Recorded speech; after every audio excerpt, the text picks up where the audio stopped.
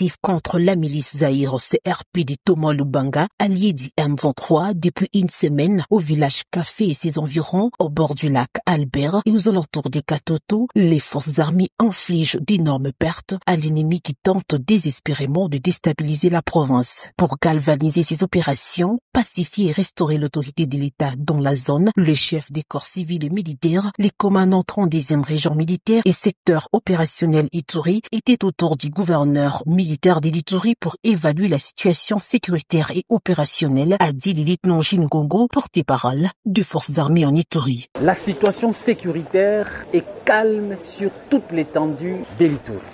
Elle est sous contrôle des forces armées de la République démocratique du Congo. Le vaillant militaire de forces armées, sous le commandement du lieutenant-général Luboyankancha Madjoni, sont appelés à poursuivre les opérations de traque et de neutralisation contre tous les groupes armés hostiles au processus de paix initié par les commandants suprêmes des forces armées, Félix Tshisekedi Tshilombo, dans le cadre du programme de PDDRCS. Au nom du lieutenant général Luboyankancha Madjoni, le lieutenant Gilles Ngongo a demandé à la population d'être vigilante et dénoncer toute personne suspecte dans la zone des Katoto, Bembei, Centrale Solignama, Telega et Mandro. Notre discipline et notre professionnalisme dans ces opérations que nous menons contre les mouvements rebelles CRP alliés du M23, la population doit nous accompagner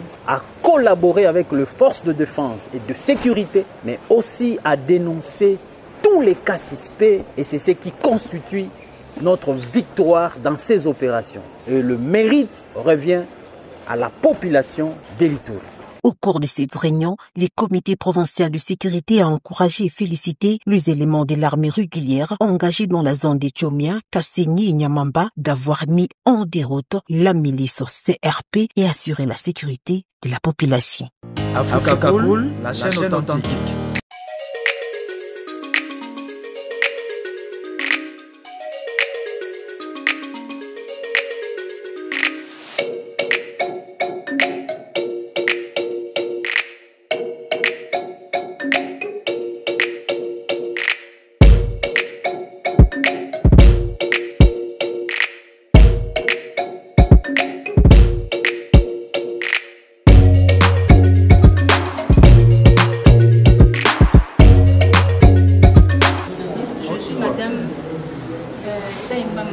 Coordonnatrice de l'ONG Action Kitambo. Aujourd'hui, mercredi 30 avril 2025, nous sommes réunis ici dans la grande salle de la commune de Kitambo pour mettre en place le réseau citoyen. L'objet de notre rencontre en ce jour, c'est pour mettre en place notre réseau citoyen. L'objectif de ce réseau, c'est de synerger nos efforts, société civile, population, autorités locales, afin de répondre aux problèmes qui dérangent notre communauté. Nous sommes tous conscients, comme on l'a dit, seul on ne peut pas arriver rapidement à atteindre nos solutions les plus durables, mais ensemble, nous saurons en fait répondre aux problèmes qui dérangent la communauté de Kitambo. Nous avons des problèmes liés à l'insalubrité, l'insécurité, des problèmes d'infrastructure routière. Certes, il y a des travaux qui se font, mais tout ça, ça constitue déjà un problème parce que nous avons un problème de circulation, nous avons le problème d'eau, le problème de beaucoup de courants qui interviennent à chaque minute. Tout ça, ce sont des problèmes qui touchent la communauté et qui va à l'encontre en fait qui contribue en fait à la violation des droits humains. Tout ce que nous rencontrons, comme je l'ai dit, d'abord nous allons synerger nos efforts pour qu'ensemble on puisse lutter face à ce problème. Et puis ensemble, partant de ces réseaux, nous allons aussi réfléchir à des solutions plus durables. Parce que le problème, ce n'est pas seulement de trouver des solutions, mais aussi de trouver des solutions durable qui va vraiment aider notre population. Kitambo a eu, nous étions vraiment heureux de l'initiative d'une organisation partenaire du CEPAS pour ce qui est de fédérer des forces vives dans la commune de Kitambo afin de travailler à relever le niveau de vie, sinon à militer afin d'avoir des actions concrètes dans la commune de Kitambo. Comme le président de l'Assemblée, du conseil communal l'a dit, l'état de la commune de Kitambo s'est nettement dégradé. Et si nous avons décidé de venir honorer l'invitation de Action Kitambo, c'est justement parce que Action Kitambo a proposé des solutions. Et l'une des solutions étant de mettre ensemble les différentes personnes qui peuvent avoir des informations quant aux problèmes et les personnes qui peuvent avoir des moyens d'apporter des solutions à ces problèmes-là, à savoir les différents chefs de quartier, les leaders de masse, ainsi que les membres du conseil communal, ainsi que l'autorité exécutive, le bourgmestre, afin de mettre ensemble les idées et les moyens d'apporter des solutions dans cette très belle commune de Kitambo. Et nous venons ici pour accompagner, sinon soutenir cette idée combien belle et grandiose de l'Action Kitambo. Et encore, nous remercions profondément Madame Denise pour cette invitation envers le CEPAS. Merci. Et puis, à tel point que vous avez pointé pour que vous puissiez surtout Toloba. Mon papa chef de riz Bazawana, na CP de Makasi. Dans le Congo, les lots ont parlé de la décentralisation. Avant, le pouvoir est acquis centralisé, mais le lot comme le système il y a décentralisation. Le système de décentralisation, ils ont ça que na poste au va pécia ça la bonne nini ayeba okamba mboka en fait tout le na la pesa patient okamba mboka na dimension oyo et pesa meli avant la banana rôle ya bourgmestre et tout non na banana c'est parce qu'on dit le développement d'une commune commence à la base parce que ce qui base les a développé c'est fini et pour influencer sur toute l'étendue, il y a RDC. Et on retourne d'abord à la chef de quartier. Non, on a chef de rue. Parce que papa chef de rue, pas Zali. Nous sommes en tant que chef de rue et Zalaka Nini. Ici, chef de rue avenue Cocotier, numéro 8, quartier Nganda, commune de Kitambo. Rôle ya chef de rue dans le quartier et à la ranine. Chef de rue a antenne ya avenue na ye. Donc, et le qu'on s'est passé dans l'avenue, il faut chef de rue à yeba. Ce qui va y ba que le comment ou soit le comment le cas qui n'a qu'à quartier na rue na ye, chef de rue a posé information à memeli chef du quartier. Que tala na rue na biso et le ko salamaki le ko salamaki. Il y a un rôle de chef de rue. Le chef de rue, rôle est avenue propriété, avenue à la propre. Le chef de rue, c'est Kabimi Natongo, à Hôtel Anon, avenue Nezandengini. Ce qui nous a qui salité, chef de rue, a un droit à Kokeneti, du Bossa porte, Kobeta, tal salité, Zal Bossa, le pan, on a dit nos bolons. Rôle de chef de rue, il y a moi. Bazarana nous mécanisé. Le chef de rue, dont l'État a reconnu à Bangote. Le chef de rue, mais l'État a reconnaître Bangote. En sens nini, il y a un moment où il y a un chef de rue, mais il y a un chef de rue, il y a un chef de rue, il y a un chef de rue, il y a des informations, il y a parce qu'il y a un bénévolat, il y a un chef de rue.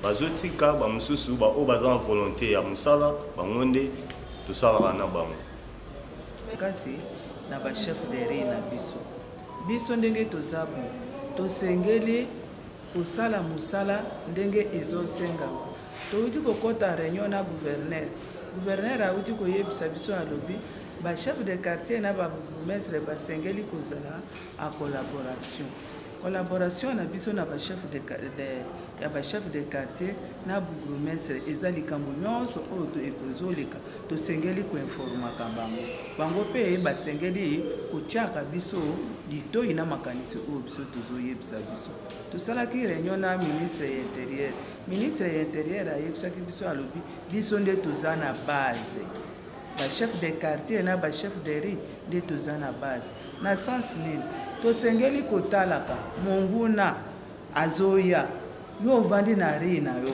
moto akoti yo omoni kaka bato moko bakoti moto akoti moto azobima na lopango oyo azalaka wana te osengeli kosala nini osengeli kokima mbango epa chef de quartier na yo okei kosignale ye chef awa na place oyo bato songolo namonaka bango te me lelo namoni bango ntango yo koyebisa chef de quartier bongo chef de quartier akosala rapport bakokotisa yango bango moko bayebi rapport ya chef de quartier ekotaka na service ya aner ekotaka na service ya DGM ekotaka epa bourgmestre ntango ezalaka bongo misala wana ekoleka bango baservice wana bakoluka bayeba bato wana bauti wapi tosengeli kofungola miso kosalaka mosala elongo na bachef de ri ata bazwaka eloko te sikoyo kimia ya mboka tozwaka eloko bazwaka eloko te bien sûr mais kimia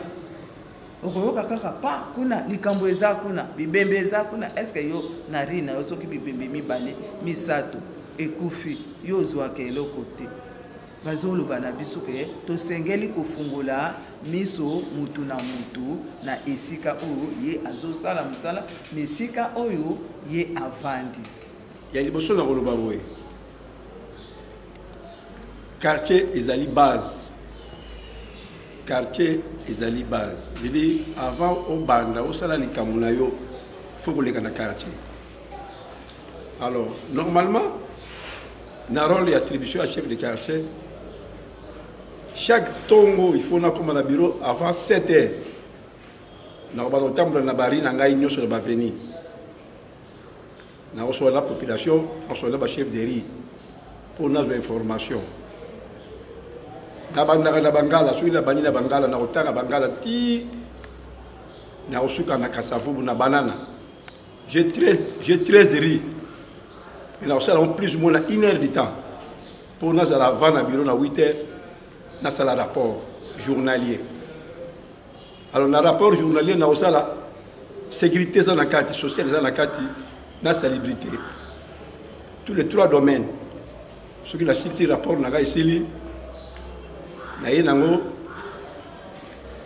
na secrétariat pour bakiser réception ramati copie na pesi original na pesi autorité municipale c'est monsieur le bourgmestre copie moko na pesi na ANER copie moko na pesi na DGM na kati ya ba service on na pesi ANER na DGM ba kolandela ba solution ezawana soki sécurité na kati ba kotala soki social eza na kati ba kotala surtout ba kaya décès bien ba mort d'homme na kiana social ba kotala nde ba kolandela ngo même temps to sala ba recensement ba to ba boya ba recenser bango alors ba non refi wana to tia ngo mimi na par rapport to tinja ona anera bank sa bank pour comme ba lirate ba la recenser to landela ngo mingi makasi nengo wana yango busala na biso vraiment to lengela ngo mingi faut ça na ndenge malamu ko za la pe bien na ba chef de riz à contact faut information les mon peut s'il y a dans les après-midi surtout à 14h itinérance dans quartier quand à chaque parcelle là ba ménage ko sola na ba propriétaire la parcelle ko sola na opérateur économique ah bino ndenge nini mikanda bo futaki nan bo futite bo futa mikanda boye ka ndenge wana li ona zingena ona lo bande yango wana ba ndeko balobi makambo nyonso tout bien sûr mais ngai na kolobela rôle te parce que rôle social lobi mais tu as également contrainte moko moke des fois yo chef de quartier au tambola au sali la porte au sort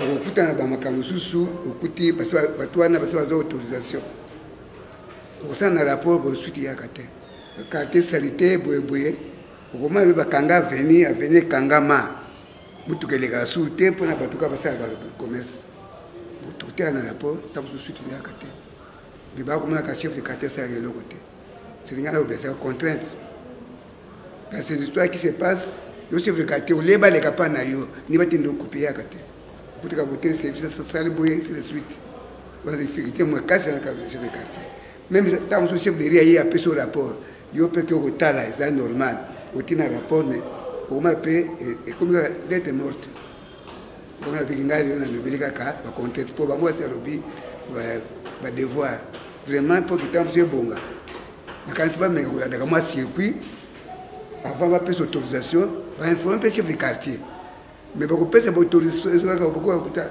balabala sotali yusu na timiri ya sisa venila bakanga ba feni kaka po batalika bateka ngulu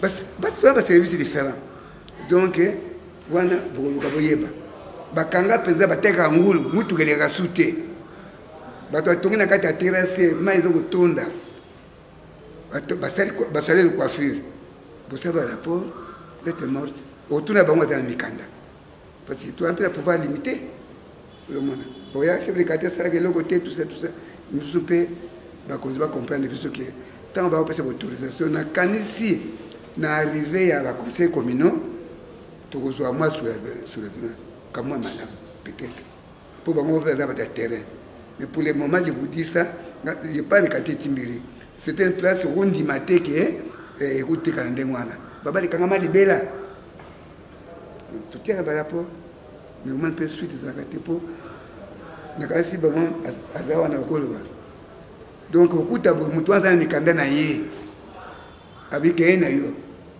tukuta na bureau osuki wa ntwali donc comme ngako baka mbala ngai na lubena côté contrainte mais pour ba négocier le baki ba devoir na biso nous avons la difficulté on a ba problème au chef azolo bawana na sens ni soki omoni par exemple ebembe kufi wana eza ya chef de quartier ebembe kufi eza ya chef de quartier bakobenga yo mbangu ebembe kufi na place boye mais soki likambo moko neti chef azolo okokuta na ba quartier na biso ba kiosque nyonso oyo eza na quartier soki okontrole yango eza ata chef de quartier moko oyo atie kiosque wana ata chef de quartier moko te atie kiosque mais ba kiosque wana ezalaka na service oyo ezalaka esalaka musala wana oyo etiaka bato mais problème oyo ekobima na kiosque wana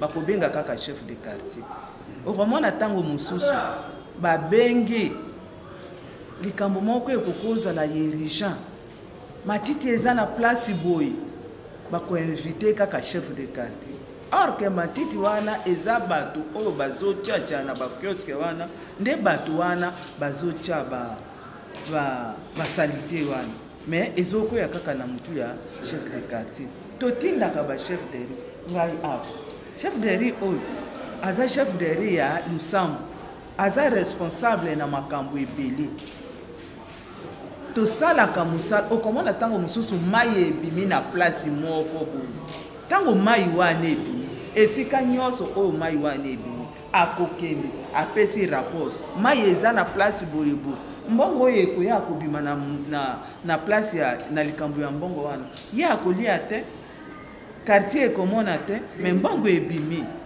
mais responsable ya mai wana eza chef de quartier tango mosusu makambo ya démolition na quartier na ngai mbongo oyo bakokende kozwa kuna chef de quartier akoyeba te bato service oyo ekoleka wana bakoleka ntango mosusu na nsima ya mokongo mais chef de quartier nde aza responsable ntango mosusu baye kozwaka bazeli eza babiloko oyo biso tozalaki kosungama mike mais lelo eza bongo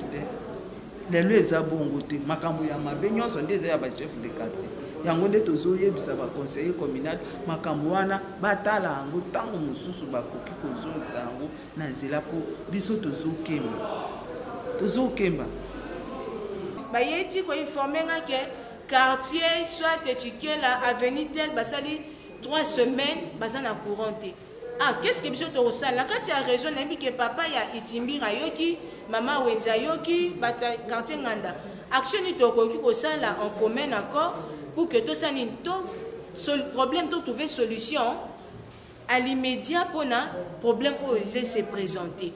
En fait, c'est ça les raisons d'être de notre réseau citoyen.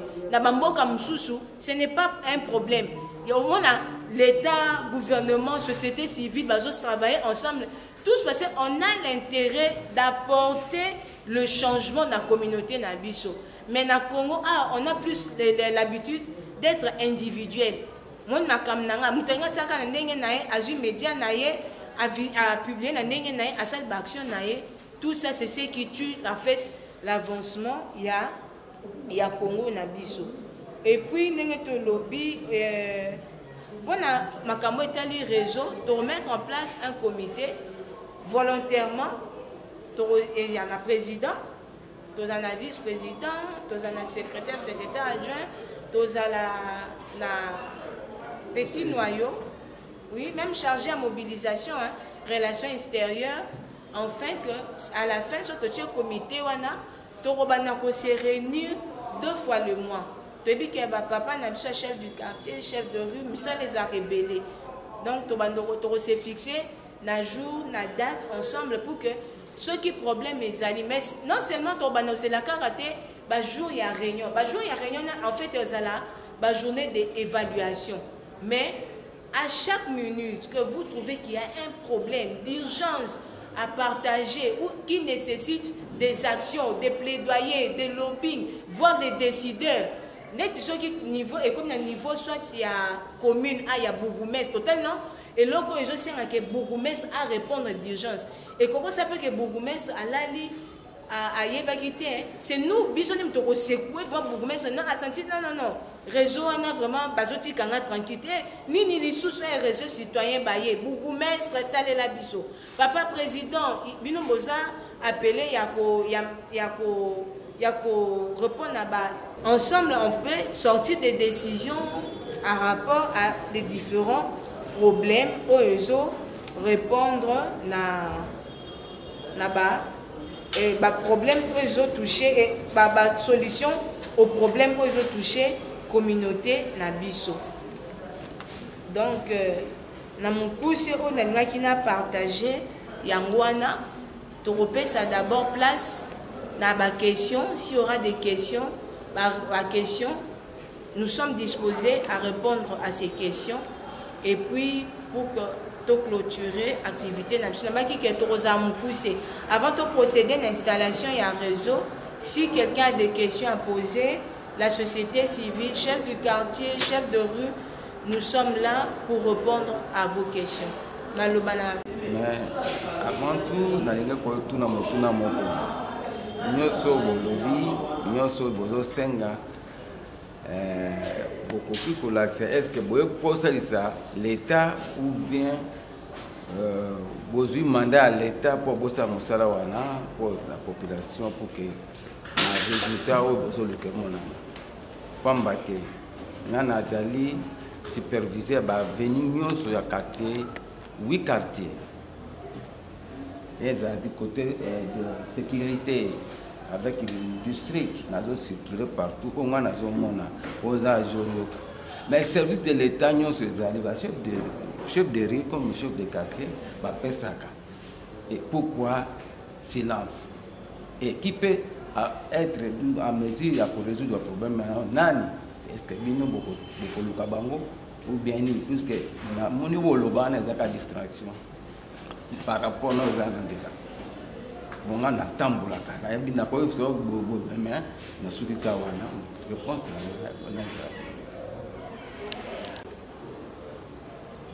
société civile a se représenter na ba ONG, na ba syndicat, na ba association ba jeunes et tout, et ça la société civile. Rôle la société civile biso toza ba lobeli ya population. Na kati ya communauté na biso tozaraka biso moko population te. Eza na bato basara nini bakambara biso yango babengi bango ba décideur. Na kati ya niveau ya commune toza na bourgmestre na toza na chef de quartier, chef de rue. Yango biso tofanda ki tomona ki non. Ndengo lobi problème mana pourquoi ça ne trouve pas la solution? C'est que quelque part tomituni est-ce que ba action au biso tozo mener et zo répondre et zo toucher vraiment problème au biso to sala au to résoudre. Nous avons identifié un problème. Nenge papa lobby eza ningo. Na yo ke loko makasa lobby que ce problème est touché ba service autre oyo eza na monopole ya décision soit ya ko attribuer ba kiosque et tout. Pourquoi pas ce problème? Est-ce que les nenga lobby n'a pardon à rajouter autre sous-problème, on a comprendre que et contourner yango ils ont retombé sur bango. Nga une campagne nga qui na tout na bata chef du quartier. Quelles sont d'abord les actions lorsqu'ils trouvent qu'ils sont bloqués? Bango basa la rani. Nangi d'abord moi mke papa chef du quartier. Baloba ki likamo ko nanga na tout na bango question na. Quand vous constatez que vous êtes bloqué et que bozo ko avancer parce que il y a eu d'autres décisions moko et que qui outre bino vous n'êtes pas informé pendant que vous bino mboyebi que biso nem toza président ya juridiction na bosa la kanine na pesi maluma papa itimbir le pouvoir limité. Pourquoi le pouvoir limité na qui clair tout se limite à un rapport mais tout ça rapport parfois ça toute la semaine on va répéter quelque chose de suite exact tant que tu es sur le terrain tu recoutes que motuana ndeto bakele bazana mikanda si un bon uniforme et outil na service songolo or que biso na droit kwa kele service wana te des fois biso moni problème to bi ya problème na biso te to tinda service wana kana ko sa kona apesi ta réponse te vous mona parce que tout exemple to kuti sanitaire ben na kati ya quartier to y a service hygiène na pesa exemple ka wana et comme si il y a biso soute comme na service hygiène mais service hygiène on m'appelle boleki 10 fois et ça m'a comme côté tant vous répétez donc après tout au lembi au savoir rapport au moni bango tout ça population que tu as bien non na sina sali yanga ndenge koki mais oyo a exécuter na basala monte on a besoin de pousser comment la bateau na bazana autorisation tant dans autorisation biso c'est limité il y a on a besoin que l'être aux conseils communaux en activité parce que bango tu as on a terrain sur place bango peut-être ba ko aider biso makasa cadre wana ou les secrétaire parce que n'avoir un avenue même si c'est tout console donc tout dans exemple na ko ba ke ba pesi mon autorisation pour vendre ba yo ki akio sekata balabala yo chef kato yebite lobi na tongo oye o sai rapport o komana ko zonga kan suite ya ga tepe ko sekita libéré ba kangi balabala ma yele ga soute ba sai ba so le coiffure mais à côté ba parcelle au sai rapport titi on l'a dit suite za la kati on a dit que tout un pouvoir limité. En plus, j'ai ajouté pour les chefs de riz. Des fois, chefs de riz, avec un rapport. Mais, tant que vous quittez papa, maman, vous avez dit que Jean Moutaïb, qui est que vous savez qu'il y a on a dit vrai. À ce moment, chef de riz, vous avez Kobanga. Voilà. Parce que vous avez plus de crescement, c'est ce que vous faites. C'est des salama qui n'a venu Baoba numéro 7, Batouakoufa qui est écoulement. Mirekweyaki, tout ça là qui wana jusqu'à 21h. Le président, conseiller, ANER, le service vraiment est là qui wana. Mais chose tona, bangonde au bazala qui wana ba chef, ba se pomone. Ata parapluie moko autorité à l'écolo et mon ana quitté. Ezalaka kaka bosala tokoya tant que évacuer ba corps de babandi ko féliciter biso ndenge papa lobi ceux qui ezaka ya matanga décès ba benga bino quartier bo évacuer bosala mais ceux qui commis na ka ezaki o signer document kiosque kita conteneur fan de sika batsa mesa mutate kaka entreposage wana ezalaka niveau à l'écolo.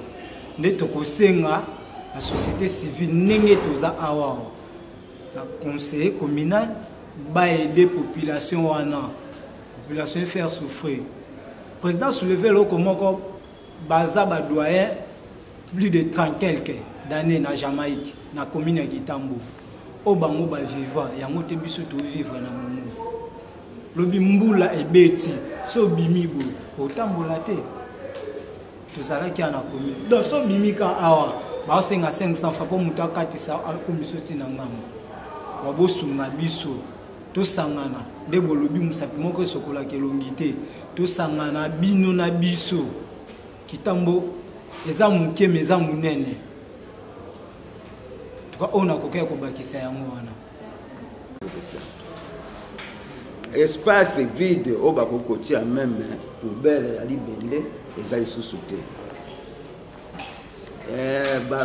poubelle nyonso bazolokota babwaka ngo na makelele ezovimba ezosala evimba mai bali kodéborde. Est-ce que l'autorité a évité? L'autorité a évité puisque étant plus aux tambola. À cause se poser la question. Il y a des services informés. Biso to tambola partout. Espace exercice au kuta bazo pesa bisika na bato oh même ko iko pesa maté. Mais asa document. Tant oui beaucoup ya. Donc est-ce que la valeur document on est pesa ma une autorité rien. Il y a des fois mon na okuta mo suba document. C'est sous région. Et les qui n'ont même la commune à Ouaté. Va passer motoplace. Hein? Et motoplace, ou on a moto à passer mécanda à commis pour de sika dans mon affaire. Alors passer un mécanda et sika à l'Iwato ya Lubiko. Exact. Alors, il y a sur le cas et sa organisation. Ce qui constitution va changer, va passer société civile, moi pouvoir mon co. À mon avis, ma cambezo le Canada n'amboka, ouais cause la bien, puisque ce qui est en côté, la politique ils ont matériel tout et l'administration n'a pas de place. Dans mon temps pour la quitter mon. Au coup de bon informé tout. Maman, place au trottoir, ce n'est que trottoir. Place où il doit prendre bateau baleka. Yo tiens bien, nazamo si à mon côté. Il faut coûter général. Il faut que tu aies donc bateau bakonzi bateau bisa bisika esika mabe mokonzi motasombi azui esika mabe bosiko binu bokoya kosala nini mama okoloba nini eloko te yango na obake pas ces alliés. Il faut séparation entre l'administration et la politique. L'administration est couverte.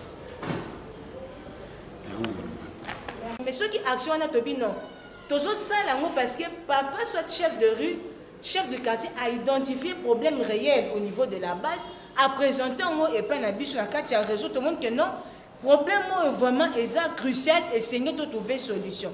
Ensemble, soit tu commis mémo, soit tu as une déclaration, soit tu touché la presse, soit tu commis la ligne. Et que ça, c'est que décider. Moi, je crois au changement parce que Dieu m'a fait grâce de parcourir partout, pas dans beaucoup de pays. Au moins, les pays, ils sont partis de point A, ils sont allés à point B. Pourquoi pas la RDC, tout le monde à point A, tout à point B. Moi, je n'aime pas cultiver les pensées négatives où on dit ça n'ira pas, ça ira. Tu mettre d'abord en place le réseau. Na sepeli que papa Zali, c'est que déjà vous êtes un acquis ou bien un ligne que vous allez faire partie de notre communauté.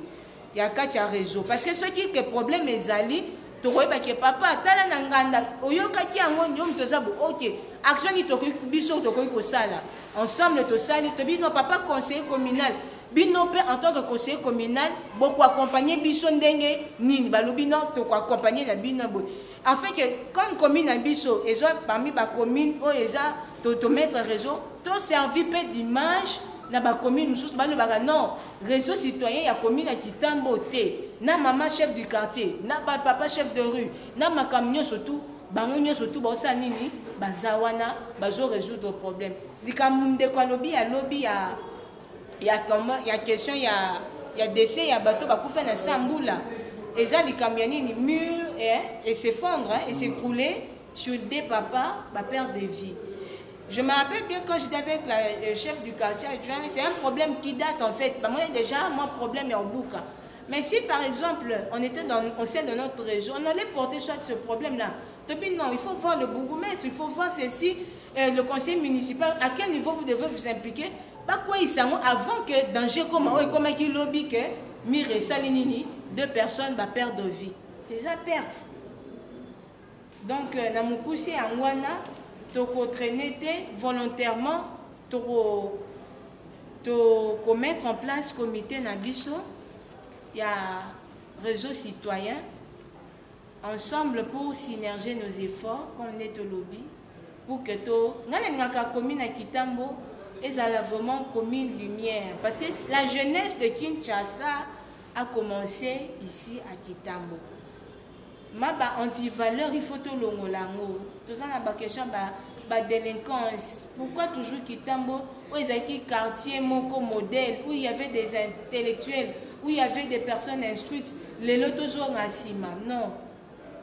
Tu vois ba plaidoyer aux sociétés civiles et maintenant qui on en a le bapé na papa na makamia banzela pour dire que la société civile fait la route qui va vers sortir à Ninyoyo, ma campagne wana avant zalaka nzela izaka mabele ensemble les sociétés civiles ba nini bazo plaider non bazo koma on a zo ba que c'est un processus. C'est pas que si on trouve pas gain aujourd'hui to baisser ma boko attends to baisser problème et ba que si ami sous to zoni sous na case de départ au monde qui est toujours vivre kaka routine y a pas problème. Donc na remercier ba tout surtout ba prendre ba répondre à l'invitation à Bisso. Maman chef du quartier Wenze ya ye biso to travailler na ekutu na ba projet à ba lutte contre ba violence sexuelle. Ba kaya ba vie bejena papa itimbi ba mona ki neto yaki na makambwana ba viole les autres salema to normaliser na biso makambo. OK ceux qui violent les salemi ba violer moi na oyoka mutalobi non to ke na arrangement l'amiable. Pour que na arrangement l'amiable ndengeni. Mais baka boso ki boye bomoni on peut crier tout haut, dire même la famille oh ben recevoir d'autres il y a muto a violer qui moi na neto bi non, il faut pas accepter muto a commettre acte tout ça nini. Tout traduit, ça traduit la justice pour préserver. Ouais, bison de quoi moi si. Na mokuse on nazaki yango ya goloba yango wana. Merci. Bo pasaka, bo expliquer la population même pendant 30 à 1 heure de temps, population ko yoka pe bino. Et likanisi o asepele ki makasi. Et c'est on a posé la témoignage dans la pona yeza que peu importe l'heure par lequel on a bien akaye, il répond. Si je lui dis papa honorable président, Tondo Sabre, venez. Si nous avons même eu l'accès facile, même en termes de préparatifs, parce qu'il s'était impliqué en amont, à chaque minute, quelle est la suite, c'est comment ça se passe et tout et tout. Nous savons qu'il a beaucoup de charges, mais c'était important qu'il porte parce qu'il va porter notre voix, nos problèmes au niveau du conseil communal pour que la réponse, trouver la réponse. Na poste Tikali à vice-président, secrétaire. ONG qui est appelé à secourir l'État congolais dans ses différentes difficultés. Ce réseau est vraiment plus que sanitaire.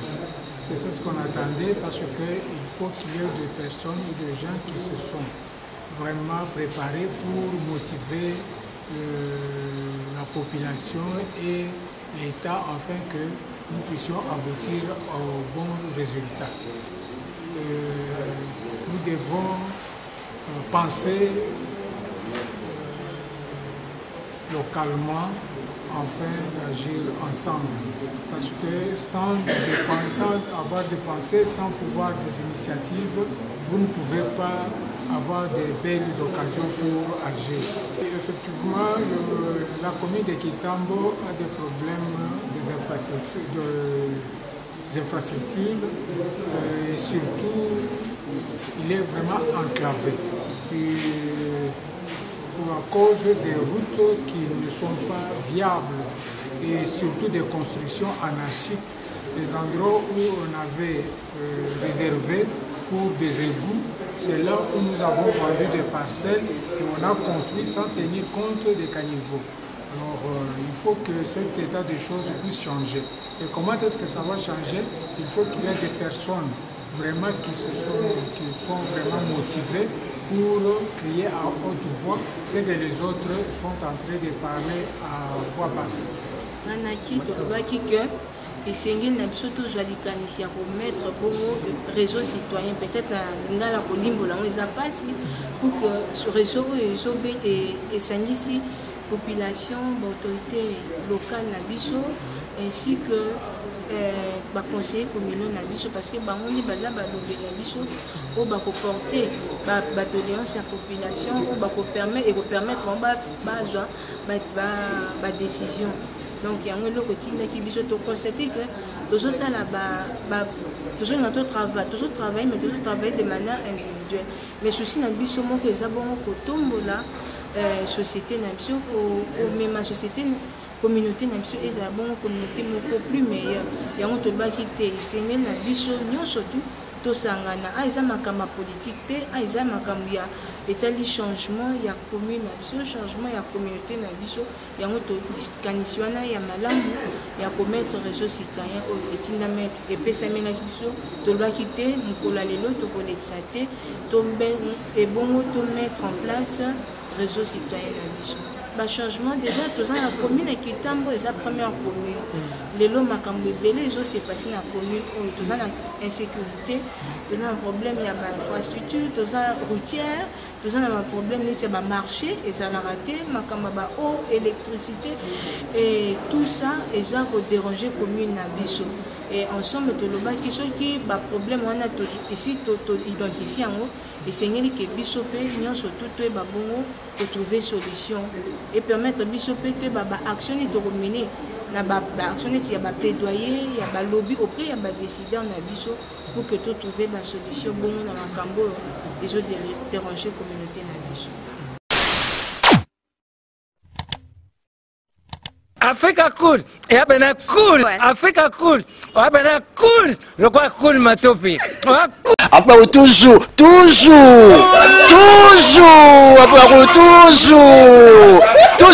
après c'est bon. Et ça chaîne est bien, et puis vous êtes très rapide. Et ça très rapide, et ça chaîne moko, ça a bien confiance. En tout cas, nazo senga na bato oyo nanu ba souscrire te bazwa. Donc, eza vraiment net oyo balobaka ke boka lelo, lamba lelo, lia lelo. Vous voulez le Congo pour que le Congo devienne cool, pour suivre les cool analyses, alors revenez et abonnez-vous massivement. Bobozana Moana, massivement. Alors beaucoup de gens ils pensent que l'Afrique cool donne l'information en temps réel. Mais je ne crois pas cela. C'est-à-dire l'Afrique cool donne l'information en temps réel et en temps chirurgical. Si tu ne suis pas, tu as la crise cardiaque. Qu'est-ce que tu penses de l'Afrique cool? C'est pépélé.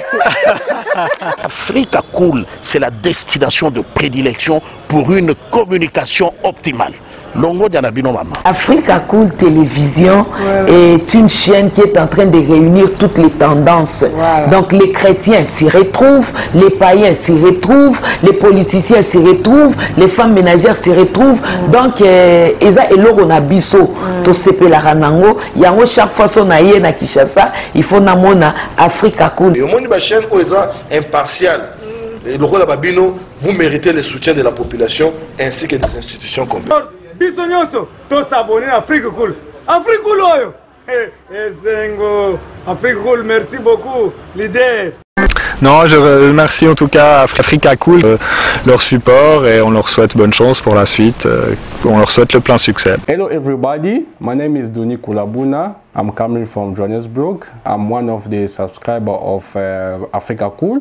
This is a great channel. You watch news that are very fast. I would like to ask everybody to subscribe and then stay tuned. Thank you very much. Placer un petit mot par rapport à la récompense Oyo.